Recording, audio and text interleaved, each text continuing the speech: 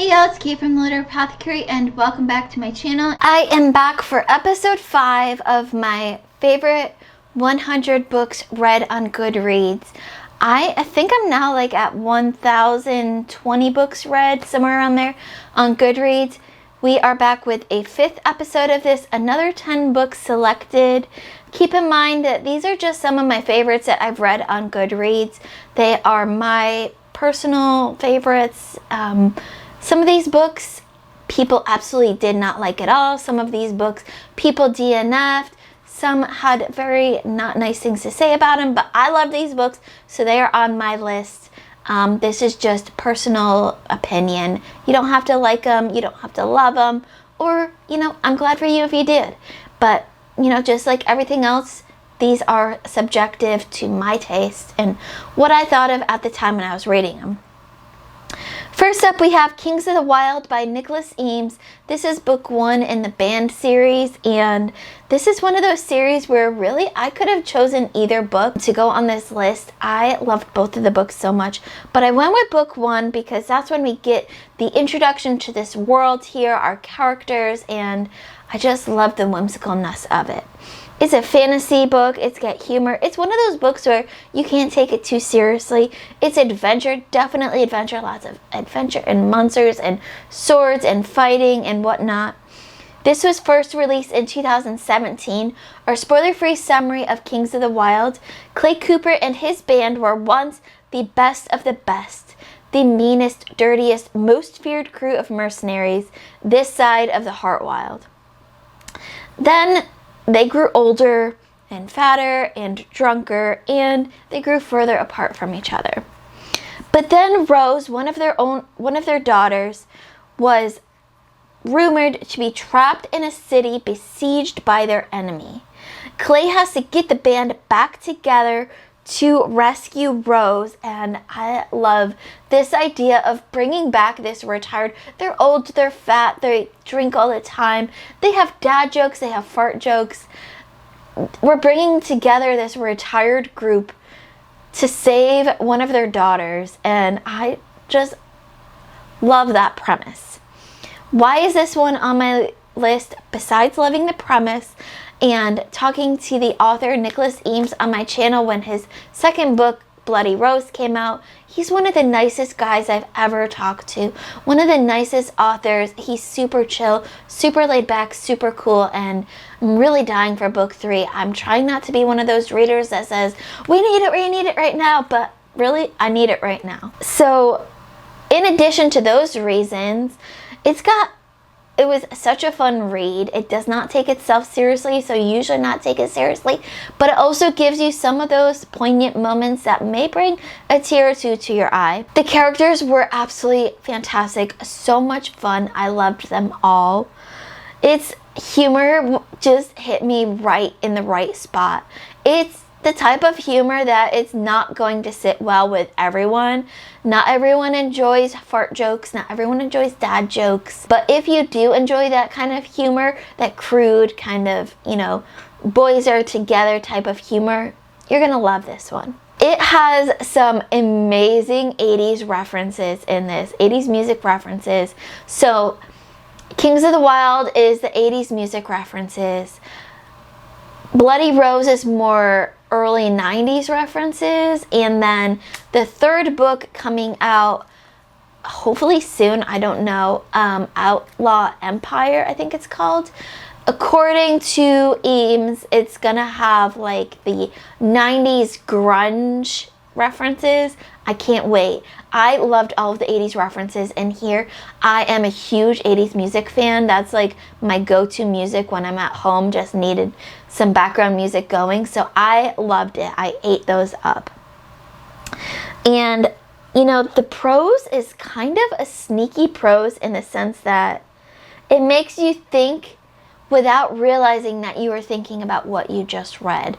And I love how it doesn't take itself seriously. It's goofy, it's silly, but at the same time, it is also very serious, and it talks about real things, real issues, and I just love that. We also don't often get books where parents are still together. Some of these matchings in here of our characters. They're a family that's still together.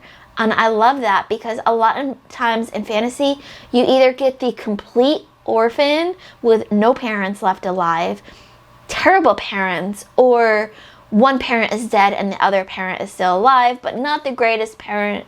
So in this book, we see some of that with some not great parents, but we also see some couplings that are, decent parents, or they're just trying to do their best as good parents. Quotes from this book: "At his shoulder walks a sorcerer, a cosmic conversationalist, enemy of the incurable rot, absent chairman of combustive sciences at the University of Oxford, and the only living soul above the age of 8 to believe in owlbears." And my other quote says, "As individuals, they were each of them fallible, discordant as notes without harmony. But as a band, they were something more, something perfect in its own intangible way." And I feel like those two quotes capture King of the Wyld perfectly. Now, the next book up, I will say, after Kings of the Wyld, are a bunch of the books that I have on this list coming up are horror books that I was introduced by Leslie at the Nerdy Narrative. I loved them so much. A lot of the other books that are on this list are books that are hard to summarize, whether they are books in the middle of series, and so I don't want to give away spoilers for book 1, or just books that were so unpredictable that even a spoiler-free summary is hard to write without giving away any of the important things in the book. And this book up next is one of those books that was hard for me to summarize. That's The Only Good Indians by Stephen Graham Jones. This is a horror and thriller and an indigenous book. Stephen Graham Jones is a member of the indigenous community, and most, if not all, of his books either deal directly in the indigenous communities or on the sides of them. And I've only read 2 Stephen Graham Jones books so far, but I definitely have others on my want to read list one day, because The Only Good Indians was my first introduction to Stephen Graham Jones, and I ate it up. This was released in 2020, and a spoiler-free summary taken straight from Goodreads, because this was like a blurb that they had that I felt like captured it well enough. The creeping horror of Paul Tremblay meets Tommy Orange's There There in a dark novel of revenge, cultural identity, and cost of breaking from tradition. In this book, we follow 4 American Indian men after a disturbing event from their youth puts them into a disparate struggle for their lives. Why is this on my list? This was such an engaging story. I was sucked in instantly, and I did not want to let go. This was a thought-provoking book, and the atmosphere was absolutely amazing.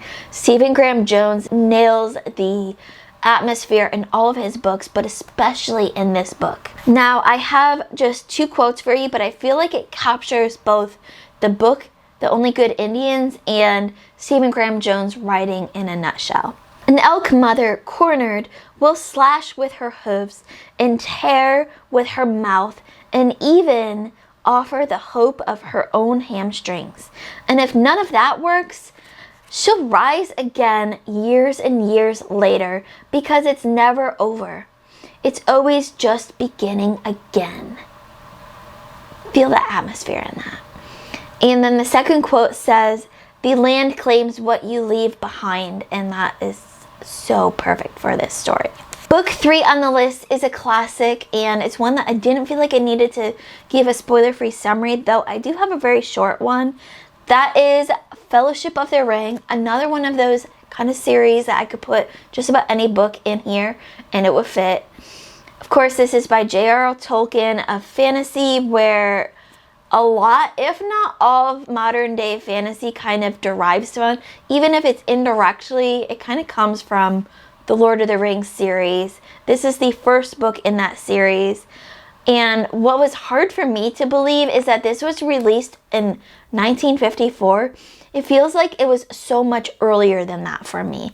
I had a hard time grasping that date. Of course, I said this is book 1 or part 1, however you want to read it. It was originally, I believe, all together in one giant tome, and then they separated it into separate parts. This is the first part. In this part, Frodo Baggins is a young hobbit, and he's tasked with a perilous journey across Middle-earth to destroy the One Ring and foil Sauron's plan to rule everyone. Why is this on my list? Obvious reasons. It's a classic. It's a derivative of most fantasy today. I love hobbits. I feel like I'm part hobbit because they're always either eating or talking about food or thinking about food, second breakfast and tea time and third breakfast, and I just love all of their eating schedule. And I love potatoes and I love to be helpful, and that is 3 things that are very, very common about hobbits. Other reasons why this one is on my list, because the imagery and the setting that J.R.R. Tolkien sets in this book is by far some of the best that you will ever read.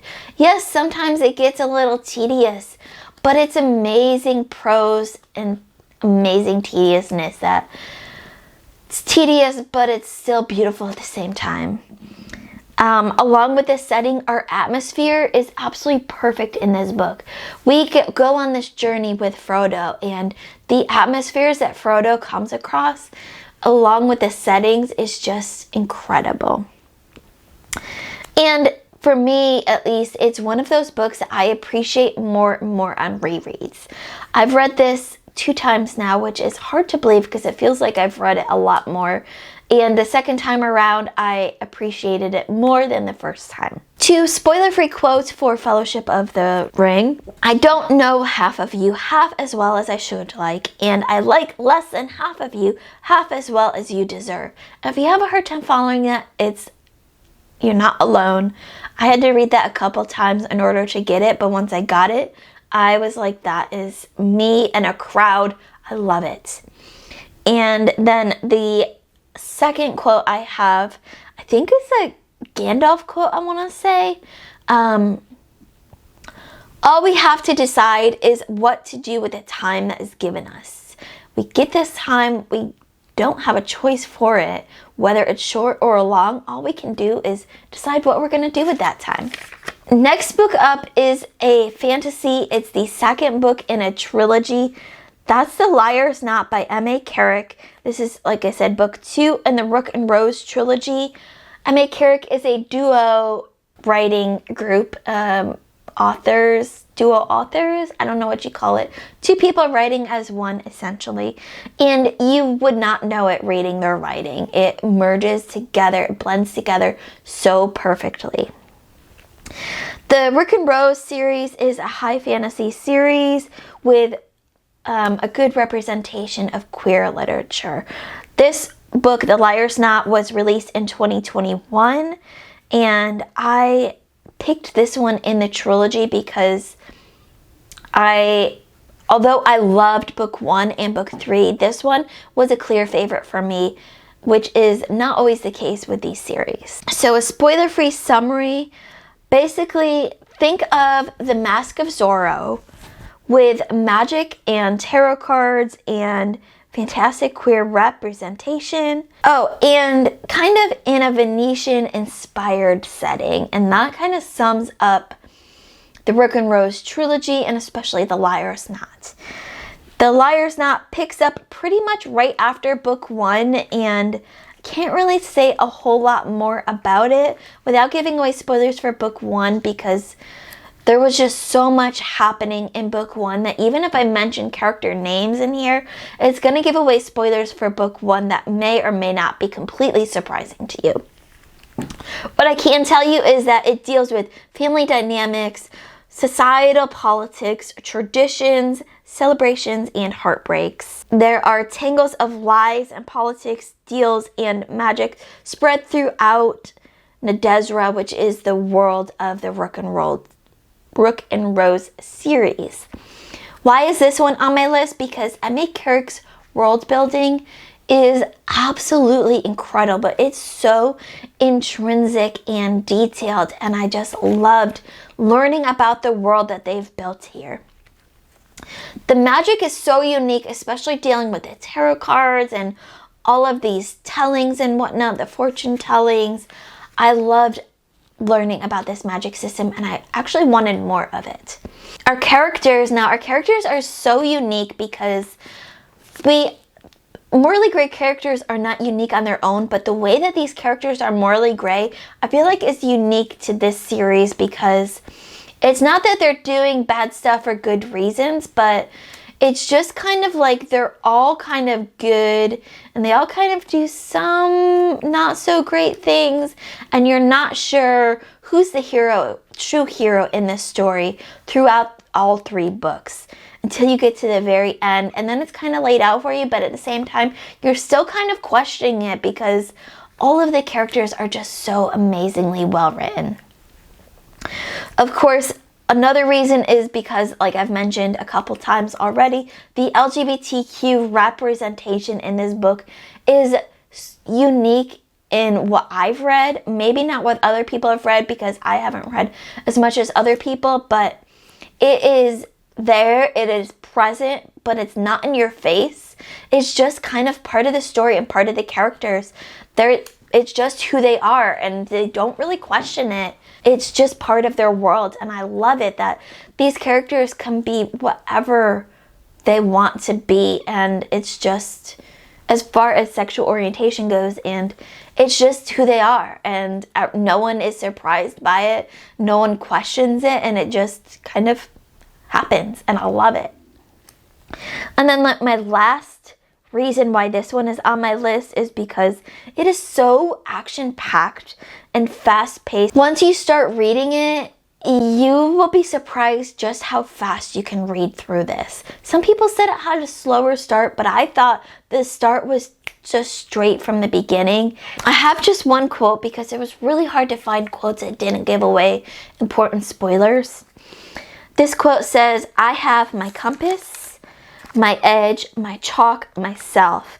I need nothing more to blow the shit out of the cosmos." And I love that quote so much. Next up is another book 2 in a series. This one is Dead Woman Scorned by Michael Clark. This is book 2 in the Patience of a Dead Man series. If you have not read this series, I'm going to put a caveat out right now that I believe it's in November. Michael Clark is releasing a new edition of this series. He's took the trilogy and combined it into one kind of reimagined story that is one cohesive story instead of 3 books in a trilogy.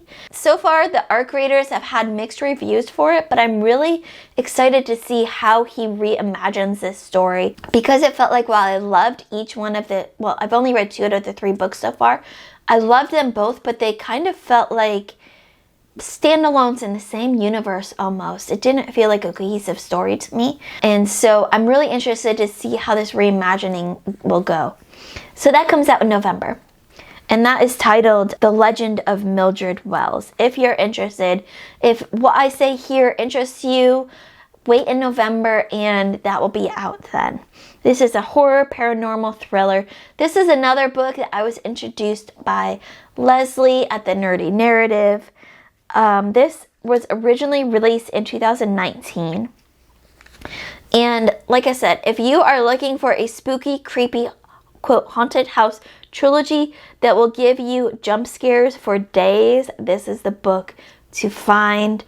Although I've been told, I think we've discovered that once this new edition comes out, you won't be able to get the trilogy anymore. You'll only be able to get this new edition. I think it was picked up by a publisher and they've made some publishing decisions. So if you can still find the trilogy, highly recommend it. If not, you can wait till November and get them all in one book instead of having to pay 3 separate books. So Dead Woman Scorned takes us back to the very beginning of the story. And when I say very beginning, I mean the very beginning. We go back and we learn about the history of Mildred. Kind of like a flashback, but a very long flashback maybe. And then once that is done, we go back to present day. And So that's all I can really say here. I had a hard time coming up with a summary for this one because I don't want to give away any kind of spoilers, and in order to talk about this book, you kind of have to give away spoilers. So why is this one on my list?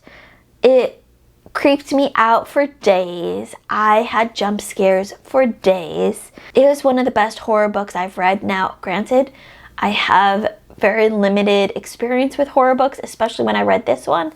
But I would say from the horror books that I have read, it's one of the best. And it's perfect for the spooky season coming up. October, November, pick up The Legend of Mildred Wells. It's going to be a spooky, creepy time. I have just a couple quotes from this one. The first quote says, "The fake type of magic I refer to ends with the letter C. I'm talking about real magic, and that ends with the letter K." And the rug had been pulled out from under her feet, and chaos ruled her mind. Next up is another horror, but this is a classic horror that is called Frankenstein by Mary Wollstonecraft Shelley. I absolutely loved this book so much. It became instantly one of my favorite books. And I went on and read a whole bunch more Mary Shelley. I will say that of the Mary Shelley books that I've read, Frankenstein is still my favorite. Nothing kind of touched Frankenstein's epicness, but I did love all of her other writings. This was originally released in 1818, and I highly recommend the 1818 version compared to the later version that was kind of cut down for religious and political reasons. It just doesn't hit the same way. This started off, as if I remember correctly, as a bet and has now become an absolute classic and a must-read in terms of women's writing, horror books, and science fiction. If you don't know what Frankenstein is about, we follow scientist Victor Frankenstein as he tells the story of creating his monster and what happens afterwards and kind of his childhood beforehand, what led him to creating his monster. It is so much more in depth than our movie adaptations give us. Why is this on my list besides being one of my favorites of all time?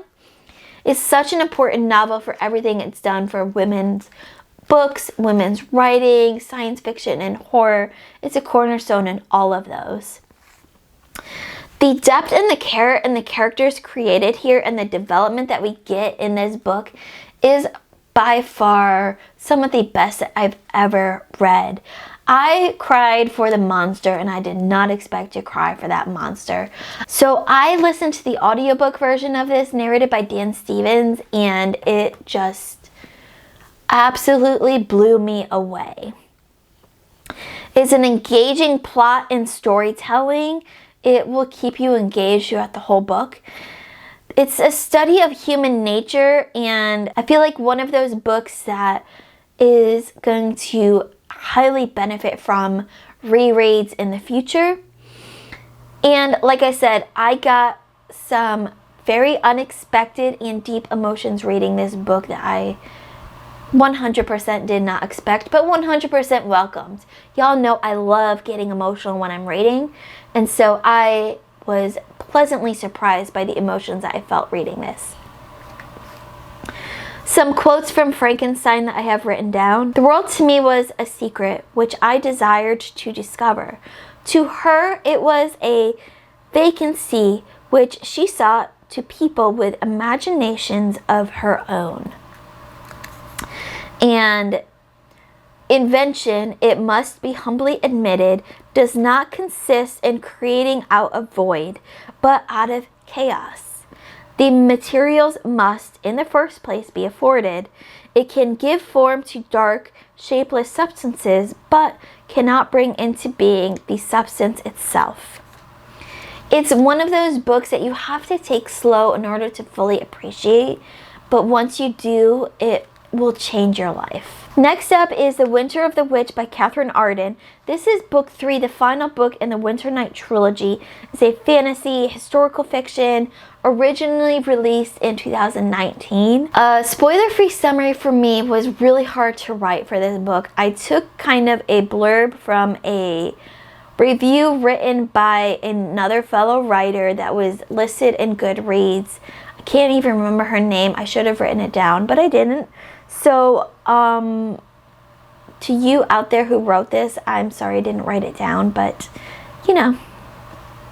This takes place in 14th century Moscow, where old gods and new vie for the soul of Russia, and fate rests on a witch girl's slender shoulder. And that's all I can really say without giving away spoilers for book 1 and 2, which is why this is kind of not problematic in the sense of choosing book 3, but shorter thoughts on it for sake of spoilers. Why this one is on my list, why did I choose book 3 instead of book 1 or book 2? For me, this book was the perfect blending of book 1, where we get all of the magical introductions, the character introductions, the setting, and book 2, which gave us kind of an introduction to all of the politics happening in this world. Book 3 was, for me, a perfect blending of those two things coming together. We have some very unique characters and storytelling in this, and I listened to the audiobook and it felt like a fairy tale. It felt like I was listening to a fairy tale. It was just so magical throughout the whole series. And it was just a perfect blending of some worlds coming together. A couple quotes from this book. One man's monster is another man's beloved, kind of like one man's trash is another man's treasure. And if you spend all your days bearing the burden of unforgettable wrongs, you will only wound yourself. And that's just a great reminder of time to move on from stuff. Don't focus on everything that's in the past. Next up is a book that I didn't realize was so decisive until I was glancing at some of the reviews, and that is The Space Between Worlds by Micaiah Johnson.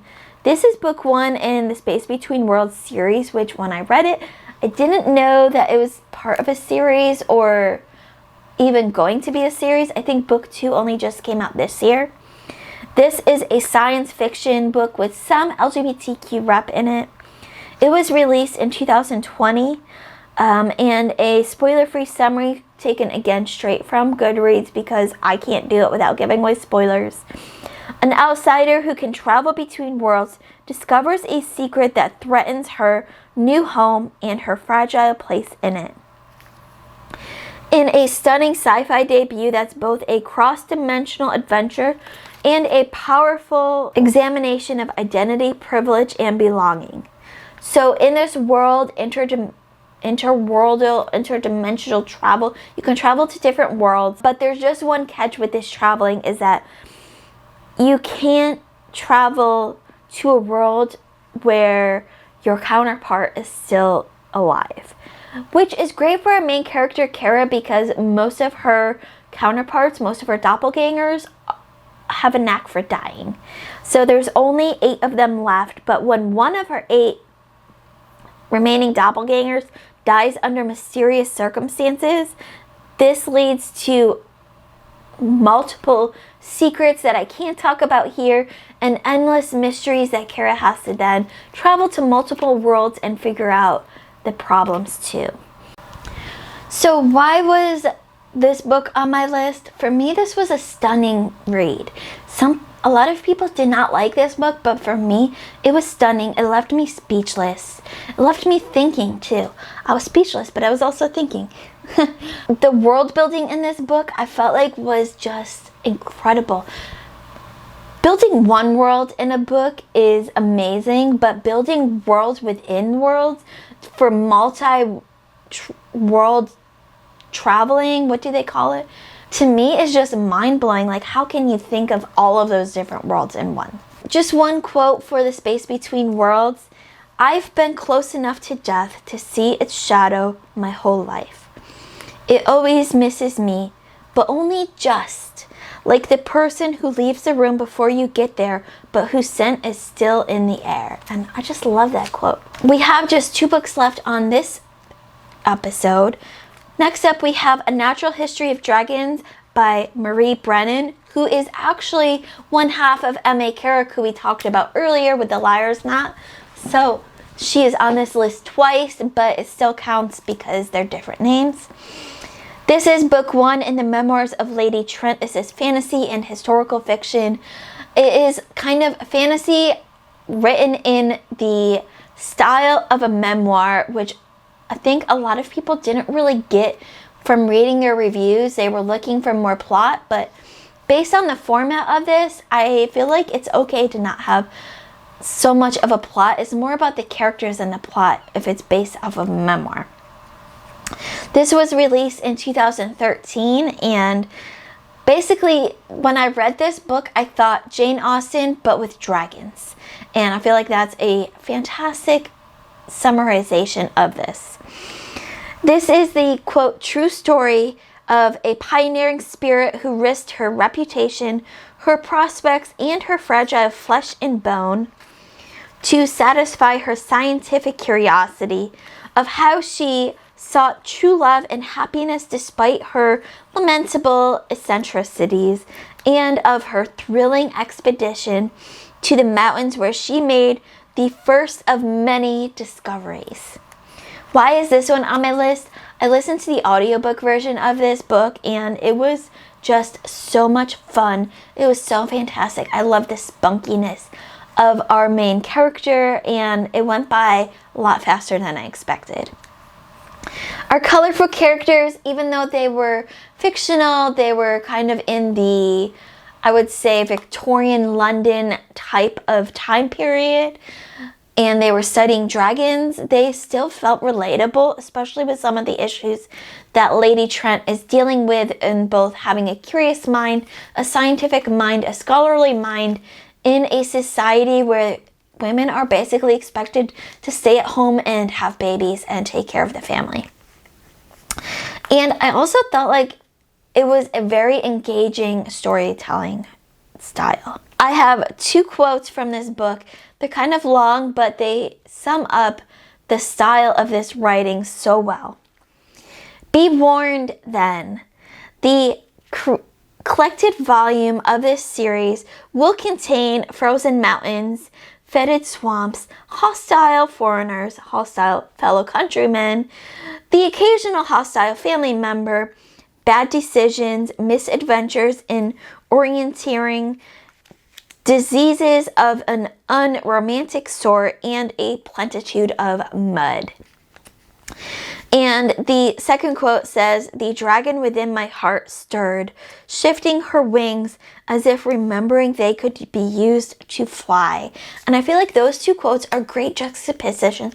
One gives you kind of the spunkiness of our narrator, and the other one gives you the kind of romantic feeling of dragons, and just kind of like, it just has like a nostalgic feeling for something that's sadly fictional and makes me feel like they really existed one day. And then the last book in this video, this episode, is Middlegame by Seanan McGuire. This is book 1 in the A Chemical Journeys series. It's an urban fantasy science fiction with some horror elements, and it is an adult series that has teenagers as our main characters. Sometimes it feels like it should be younger, but it definitely deals with adult themes, so I qualify it as an adult book. This was released in 2019, and yet another book that I really need to continue this series, but I haven't yet, so book 1 is, and book 1 was incredible. We have 2 twins, though they don't know they're twins. Roger, who's skilled with words and languages, and he understands how the world works through story. And Dodger, who numbers are her world and her obsession, and also that she understands is through math. But what happened when their worlds collide and they find out what they truly are? Not who they truly are, but what they truly are.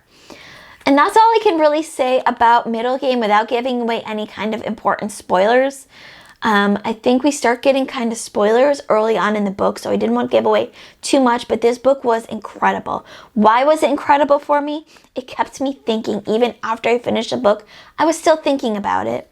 It left me speechless, again, thinking and speechless at the same time. It was unlike anything I had ever read before, and really unlike anything I've read since then. It's so unique in it. It could work as a standalone too. I know I said it's part of a series, but I feel like it could work as a standalone too. If you don't want to continue the series. I do, because I love the world and the characters, and I have to see what happens, but it still works as a standalone. I didn't want to stop reading it, partly because I was enjoying it so much, but also because I feared for what was going to happen to our characters off page. And that might sound a little strange, but as you're reading it, you'll be able to understand what I mean. And some quotes that I have from this book: words can be whispered bullet quick when no one's looking, and words don't leave blood or bruises behind. Words disappear without a trace.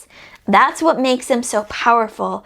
That's what makes them so important. And that's what makes them hurt so much. And then the second quote is, their past is littered with the unburied bodies of the people they chose never to become. And I love that quote talking about the past.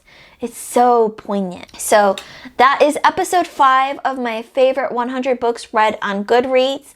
We are now over halfway through this list of 100 books. We'll have more episodes coming out as I have time to sit down and film and prepare. These come out more sporadically because they take longer to prepare for, because I have to write essentially 10 reviews in one video, so it takes a lot of preparation, but I have so much fun doing it, and I think I will be doing rereads of all these books once I finish this video series, because preparing for these videos has me wanting to read all of these books again. But if you have read these books, let me know in the comments below which ones were your favorites, which ones would land on your list, which ones you're not such a fan of. I know some of these books were very decisive for folks. Also, if you're interested in reading these books with me, once I start my rereads, let me know in the comments below which ones you want to read with me when I'm doing my rereads. As always, keep reading, and I love you all to the moon and back. Bye.